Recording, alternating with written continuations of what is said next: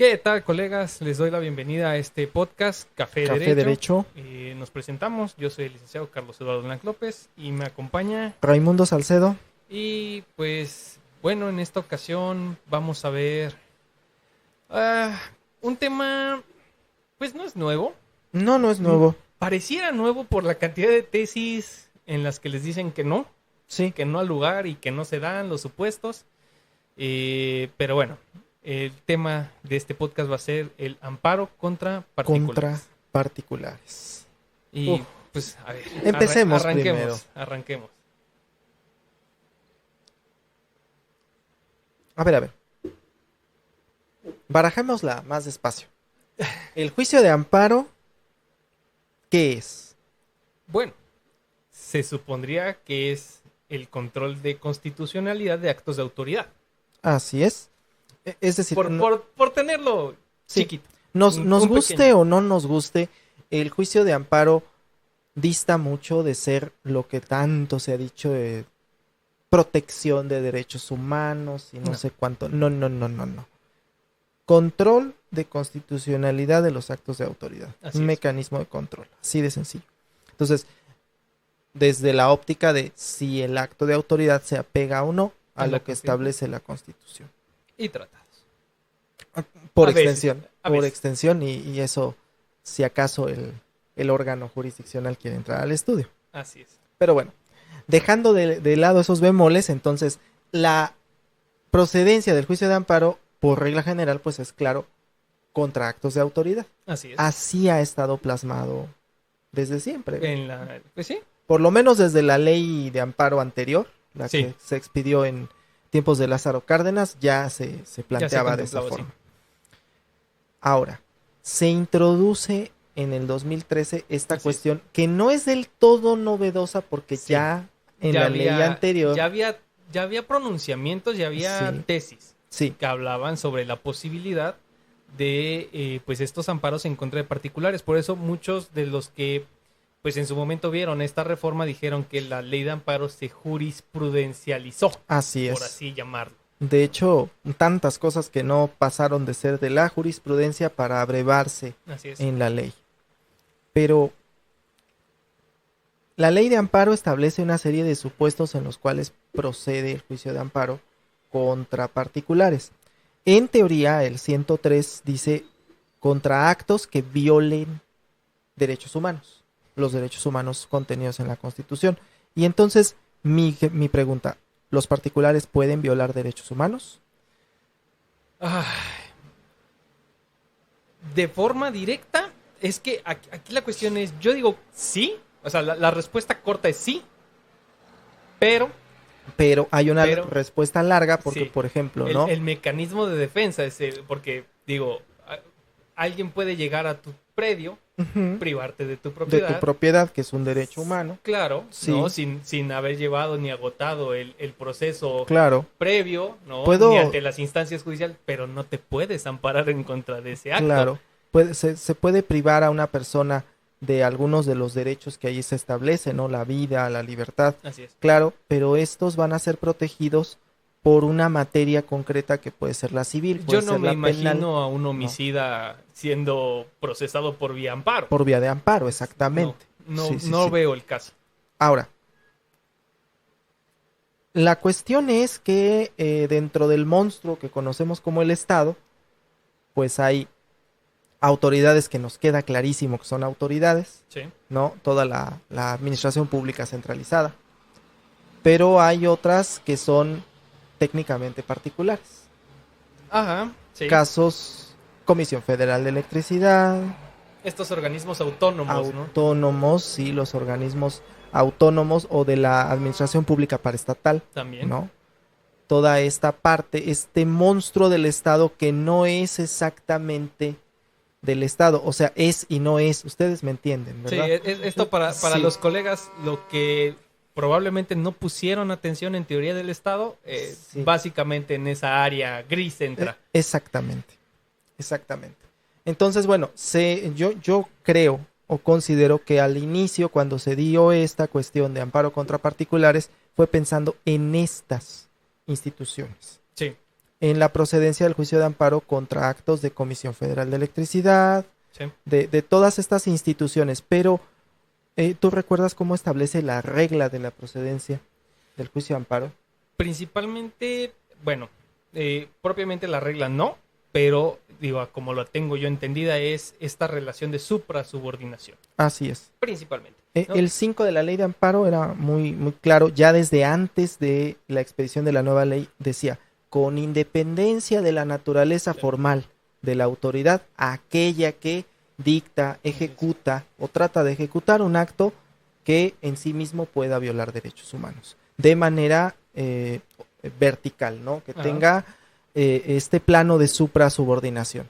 Y entonces ahí pueden caber una serie de autoridades que no necesariamente son autoridades que es justamente, en términos formales. Claro, que es justamente donde ya en la modificación a la ley, en la reforma, es donde se abre un abanico todavía más amplio, ¿no? Que lo que la jurisprudencia propiamente había contemplado, porque como bien lo comentas, ¿no? O sea, estaba contemplada la jurisprudencia pues en relación a estas paraestatales, a estos autónomos. Las universidades, sí. Pero la forma en la que se redactó esta fracción, o más bien este artículo, pues abre un panorama todavía más amplio y pues sujeto a muchas interpretaciones también, diría yo. Sí, sí, sí. Demasiadas. Entonces, justamente aquí hay un problema de interpretación en el sentido de, pues, ¿qué vamos a entender entonces ahora por, pues, esta suprasubordinación? Claro.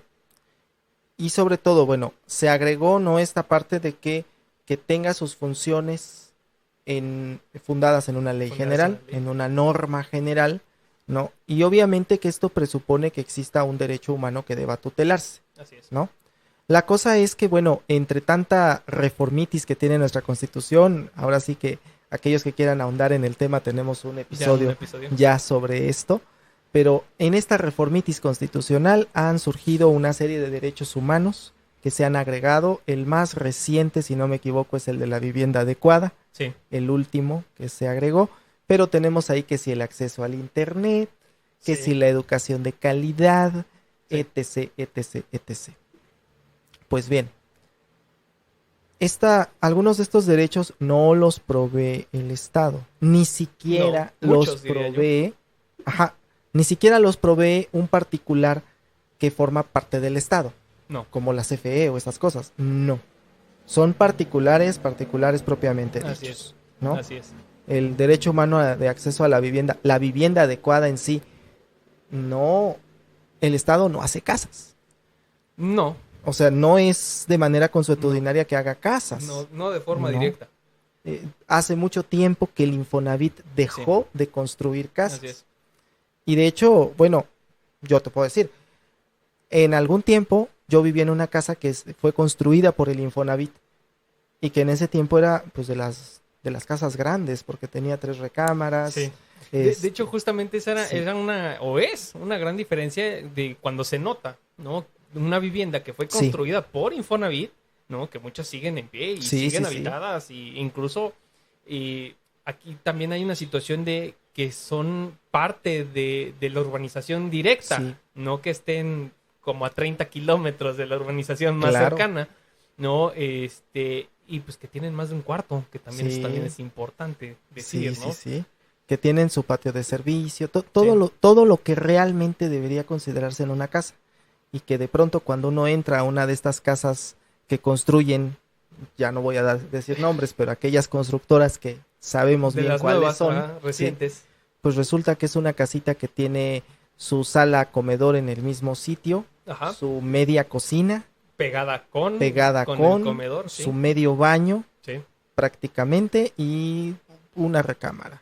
Y un estudio que termina siendo recámara. Si bien te va al estudio, porque hay unas, yo llegué a ver una que no tenía estudio. O sea, era nada más el cuarto, sala comedor, la cocina ahí como un anexo, ¿no? Y su baño. Y se acabó. Se acabó. Así es. Sí. Y eso, pues, dices, bueno, para un soltero... Exactamente, ¿no? Va, todavía. Pero para una familia, no. Y para la familia promedio mexicana que tiene 2 hijos, que en promedio tiene 2 hijos, plano, definitivamente no da. Aquí la cuestión es, ¿te puedes amparar? Ajá, exactamente. Tratando de regresar al ¿Podemos exigir el cumplimiento de este derecho? ¿De qué manera? Partamos de que en este ejemplo en específico, pues ya es un acto consumado. Sí, claro. Ya, o sea, ya la casa ya está ahí. El diseño del juicio de amparo no permitiría. No. Definitivamente, no. Porque aquello de que contra actos consumados, claro que podría debatirse el tema de si es irreparable o no la consumación del acto, pero aún así dice uno, híjole, ¿no? Y para obtener una suspensión, pues está en chino. No, porque además sería con efectos restitutorios, entonces... Y ese sería un tema perfecto para otro café, los efectos restitutorios de la suspensión del amparo. Pero bueno, no nos desviemos demasiado del tema. Sí. Ok. Entonces ese tipo de actos que de por sí no son del todo susceptibles de irnos al juicio de amparo, tendrían otro problema lapidario. La persona que construyó la casa es un particular. Así es. Cuya actividad sí podría decirse que está fundada en una norma, pero que te van a decir casi todos los juzgados de distrito y los colegiados, no es autoridad para efectos del juicio de amparo. Así es. Así de sencillo. A esta autoridad no le puedes reclamar que haya violado tu derecho a una vivienda digna, y como ese, hay una multitud de ejemplos. Claro, y bueno, ¿no? Independientemente, pues, de las dificultades técnicas, ¿no? Previas, ¿no? Que el acto consumado, que si eso no es, vaya, ¿no? La forma en la que se reiría la reparación, independientemente de todos esos puntos, ¿no? Pues sí, efectivamente, no es autoridad para efectos de juicio de amparo. Ahora, hay otras autoridades, por así decirlo, otros particulares, que tienen sus roces con los jueces de distrito en cuestión del amparo, donde a veces sí, a veces no, y me refiero de forma directa con los notarios. Los notarios públicos que, pues dependiendo del humor del juez de distrito, a veces le ven cara de autoridad y hay veces que dicen, no es autoridad. No es autoridad, él solamente es un fedatario. Así es. De hecho, la mayor parte de las veces dicen, no, sabes que él no es autoridad, aun cuando, por ejemplo, retiene impuestos. Sí. ¿No? Que es, quisiera yo pensar que es la mayor cantidad de amparos que pudieran llegar a tener. Ahora, ¿será esto una política pública de no permitir el acceso de juicios de amparo que puedan permitir la devolución de impuestos? Desde luego. Es que pareciera una política pública de pronto así de no vamos a permitir que entre por ahí. De hecho, fíjate que revisando yo la jurisprudencia, se nota cuando pues una tesis fue pues elaborada y forzaron la argumentación a que pues no, el SAT es primero. Sí. Y se nota porque fuerzan la argumentación. Y en el caso de los notarios, como en esta parte de su ejercicio en la cual ellos retienen impuestos, ¿no? Y que son parte de este mecanismo de Hacienda, pues definitivamente es una argumentación forzada la que hacen. De hecho, porque algo que muchas veces se nos pasa olímpicamente por alto es que los notarios tienen una patente otorgada por el Estado. Sus funciones son regidas por una norma general. Así es. Entonces, ahí digo, es perfectible la ley en ese aspecto y es perfectible el actuar de los juzgados de distrito, porque sí considero que si hay un fundamento en una ley, tal cual, pues sí es autoridad, punto. Ya después te peleas de si el acto es o no inconstitucional en sí mismo. Así es. Pero, los justiciables preferimos una resolución de fondo a una que nos diga no es autoridad y no estudio el fondo. Bueno, aquí incluso hay hasta un tema para todo un café, que es justamente el por qué no entran al fondo del estudio, ¿no? Porque, digo, realmente, ¿cuántas sentencias de amparo van al fondo? Sí. O sea, son las menos. Las menos, incluso las que amparan tienden a amparar para efectos. Así es. Entonces, Y usualmente también se debe mucho a cuestiones procesales, ¿no? Sí. Y sí, se entiende que para tener y a un estadística. buen fondo, sí, ¿no? Pero digo, en cierta medida es comprensible que, pues para dictar un buen fondo, pues tiene que haber una buena forma, Sí. ¿no? Supongamos. Pero hay veces en las que no hay impedimento. No. Y no entran al estudio de fondo. Pero, insisto, ese es tema para todo un café. Todo un café. Sí. Pero bueno, brincándonos esta parte, precisamente yo creo que es parte de esta situación de no entrar al fondo, sí, sino a la forma. Y pues qué mejor forma de decir, pues no entro al fondo, que diciendo, pues es que no es autoridad. No es autoridad. O sea, en el estudio de forma, al que me está señalando como autoridad, pues no, para mí no es autoridad. Y entonces estos actos que se pueden emitir por parte de las autoridades o de estas autoridades, vamos a ponerlo entre comillas, no pueden violar derechos humanos prácticamente. Pareciera que no lo pueden violar. Aparentemente no. O tienes la opción de irte a un juicio, ¿no? Un juicio civil. Así es. ¿No? En el cual vas a estar en el mismo plano. Así es. Vamos, yo tuve por ahí un caso, ¿no? Donde promovimos un amparo, se nos ocurrió que el derecho humano de acceso al Internet, pues ahí está clarito en el 6 constitucional. Así. Internet de calidad, dice el 6 constitucional. Y además, bueno, el Instituto Federal de Telecomunicaciones ya emitió una serie de lineamientos donde dice, si a ti te ofrecen 50 megabits por segundo, te los tienen que dar. Sí. ¿Sí? Nada de que es máximo, que son velocidades máximas. No. Tienen que darte, la velocidad publicitada es la que te tienen que dar. Entonces, bueno, pues como en el domicilio llegaba pues la raquítica cantidad de 1 mega, pues se nos ocurrió decir, voy a exigir mi derecho humano de acceso al Internet, ¿no? ¿Y cuál es el mecanismo para proteger derechos humanos? Pues el juicio de amparo. Nos amparamos contra esta empresa de telecomunicaciones y juzgado de distrito y colegiado fueron concordes en decir no es autoridad para efectos del juicio de amparo. Pero decían, bueno, es que hay una relación ahí contractual, tú tienes que hacer valer tu contrato. En eso creo que podemos coincidir, yo coincido perfectamente, ¿no? Pero uno de los conceptos de violación estaba dirigido a que me estás discriminando, estás ejerciendo un acto de discriminación porque a otros usuarios les provees el servicio con calidad y a mí no me lo provees con calidad. Esta vulneración ya había sido materia de estudio por parte de la Corte, que había dicho, eso sí es materia de entrar al fondo del juicio de amparo, porque no estás viendo una relación contractual, sino estás viendo un acto de discriminación en donde sí la empresa ya no está actuando nada más en su papel de coordinación, sino de suprasubordinación, ergo hay una relación que permite entrar al estudio solamente de esa cuestión. Y ahí debo decir que en el colegiado fue una magistrada que votó en contra del proyecto y que hizo efectivamente ese voto particular y dijo, oye, es que si el quejoso está diciendo esto, por lo menos respecto a este punto, tendríamos que entrar al fondo del asunto.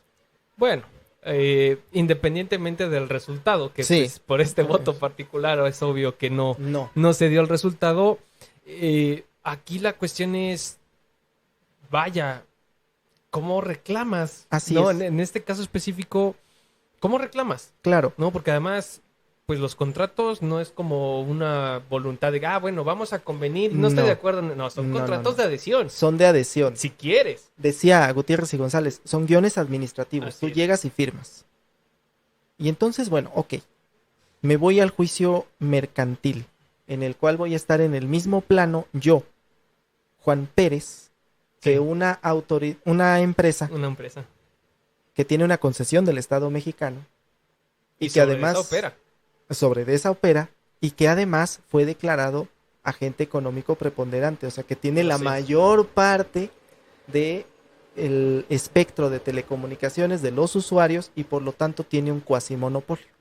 Así es. Así es. Pero están en el mismo rango. Pero según conforme al juez de distrito. Según el juez de distrito. El criterio. Estamos en el mismo plano. Sí. Claro. Vaya, no, es lo que últimamente también ha llegado a suceder precisamente en estos amparos contra particulares, ¿no? Y que se ha visto críticas a favor y en contra, y tengo mi opinión también al respecto, pues de los lineamientos que se dan en las escuelas particulares, las escuelas, ¿no? Estos famosos amparos para los cortes de cabello, que no se quiere cortar el cabello el joven. Ok. ¿Tú qué opinas? Porque algunos han entrado al debate de que pues es trivializar el juicio de amparo, pero yo creo que en estas trivialidades, ¿no? Que dices, pues es que a lo mejor es algo, una nimiedad. Sí. Pero finalmente es un derecho, por mínimo que sea. Sí. ¿No? Digo, al menos desde mi punto de vista, yo estoy 100% de acuerdo en que el libre desarrollo de la personalidad tiene que estar por encima de cualquier lineamiento de una escuela. Pero, ¿trivializan al amparo? ¿No lo trivializan? ¿Tú qué opinas? No me parece que lo trivialicen. Sencillamente estamos enfrente de dos posturas muy, muy encontradas. Una postura bastante conservadora que dice es que las normas son normas y hay que seguirlas. Sí. Y que esta postura olvida que pues, la Constitución es una norma. Así es. Y que está por encima. Sí, que hay una jerarquía de normas. Del reglamento escolar. Poquito arriba. Un poquito arriba, nada más. Nada más. Y no solo la Constitución, sino en sí los derechos humanos. Ahora sí que retomando aquello que decía el ministro Saldívar, es que los derechos humanos son Constitución, vengan de donde vengan. Así es. ¿No? Entonces, como están en la punta de esa no pirámide de Kelsen, porque Kelsen no hizo ninguna pirámide, pero bueno, al eso estar también podemos hablar después. Sí. Al estar en esa punta, pues bueno, el libre desarrollo de la personalidad tiene que respetarse. Ahora, el problema, yo entiendo que muchas veces la problemática tendría que ver con cuestiones de higiene y de plagas. La famosísima plaga de piojos que se da en las escuelas. Pero, a ver, ¿en qué momento se dice, bueno, pues todos vienen de casquete corto, todas y todos vienen de casquete corto porque tenemos plaga de piojos? Así es. Eso no se aplica. No, pero además muchos de los argumentos que pues incluso hasta se me hacen ridículos a favor de que se respete el normamiento, el lineamiento escolar, pues es de que dicen, es que la disciplina, a ver, discúlpame, la disciplina viene de casa. Sí. Y si en su casa del joven lo van a dejar traer el cabello largo y pintado de rosa, pues a la escuela, ¿qué? Claro. ¿No? Digo, ya si la escuela por una cuestión de imagen propia no lo quiere dejar, ahí ya estaríamos en otra cuestión de discriminación. Sí. Vaya. Hay muchos aspectos aquí, pero yo creo que es uno de estos grandes ejemplos también, ¿no? De amparo contra particular y que además se ha venido dando últimamente, mucho, ¿no? Y que ha tenido sus críticas. El tema también, ¿no? Por ejemplo, las escuelas particulares cuando dicen no te aplico examen porque no has pagado. Sí. ¿No? Ahí fíjate que no vería yo procedente el amparo porque es un tema de prestación de servicio. Sí. Pero además, bueno, el hecho de que tenga uno el derecho a la educación, en el caso del derecho a la educación, sí.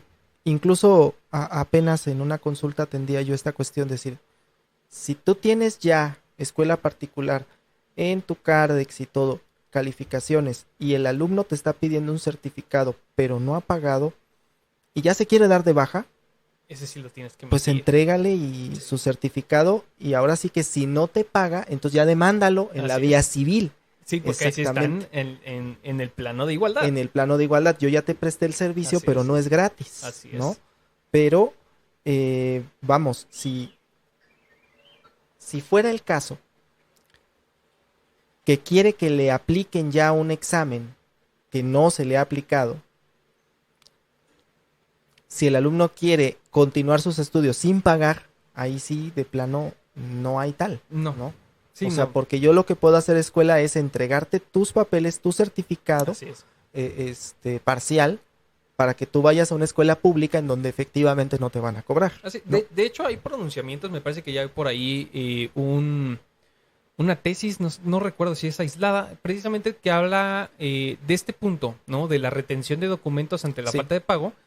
Y pues sí, efectivamente, ¿no? La retención de documentos no es legal, ¿no? Y sí está este plano, ¿no? De suprasubordinación, porque pues ahí frente al alumno, pues sí estás ejerciendo un tanto como autoridad.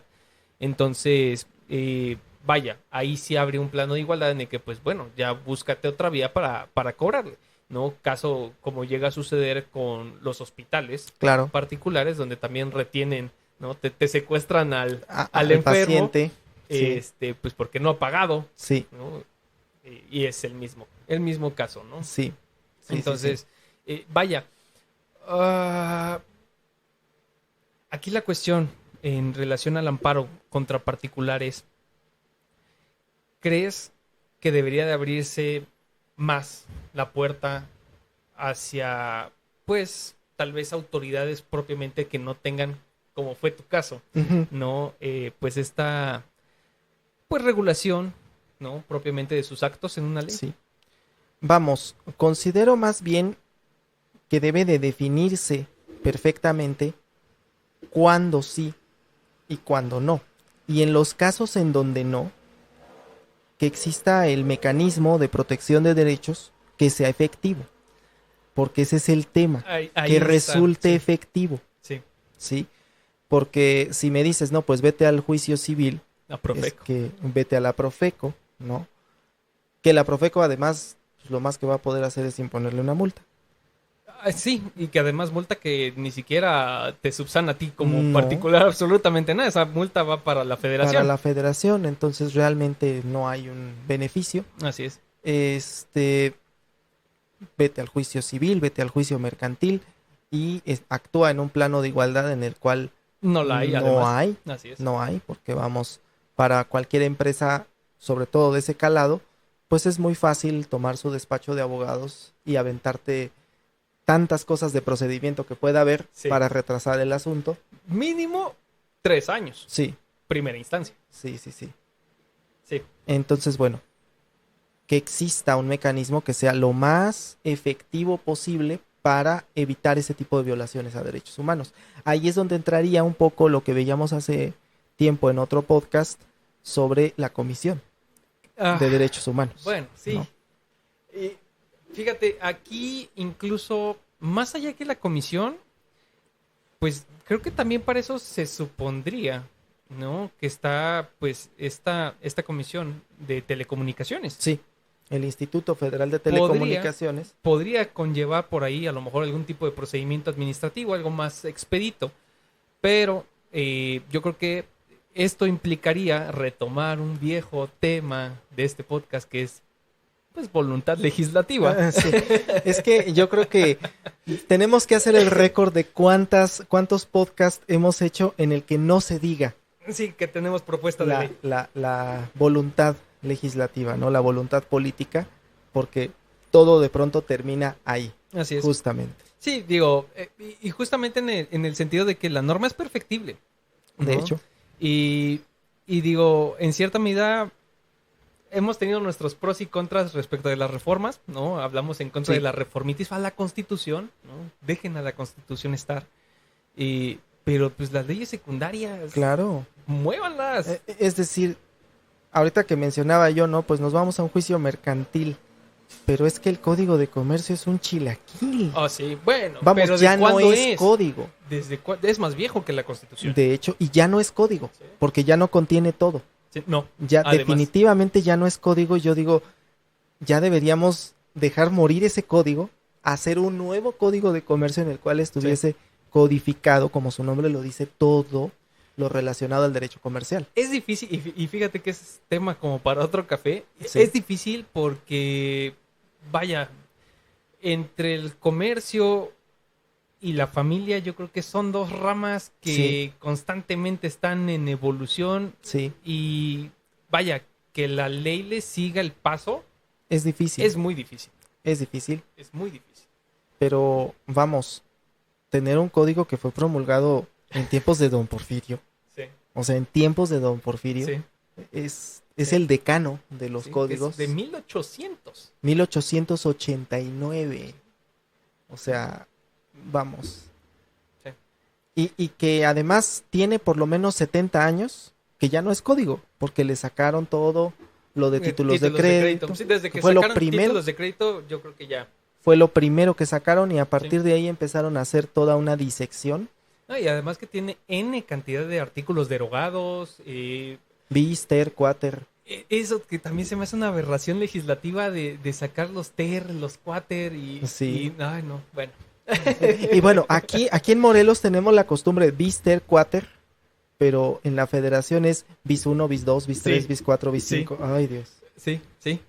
Entonces, bueno, o sea, realmente, pues para eso se busca, ¿no? Se tendría que buscar una nueva codificación. Si no tenemos un código de procedimientos civiles y familiares, pero es que a nivel nacional. Bueno, sí, también partamos de ahí. Que ya está en la Constitución.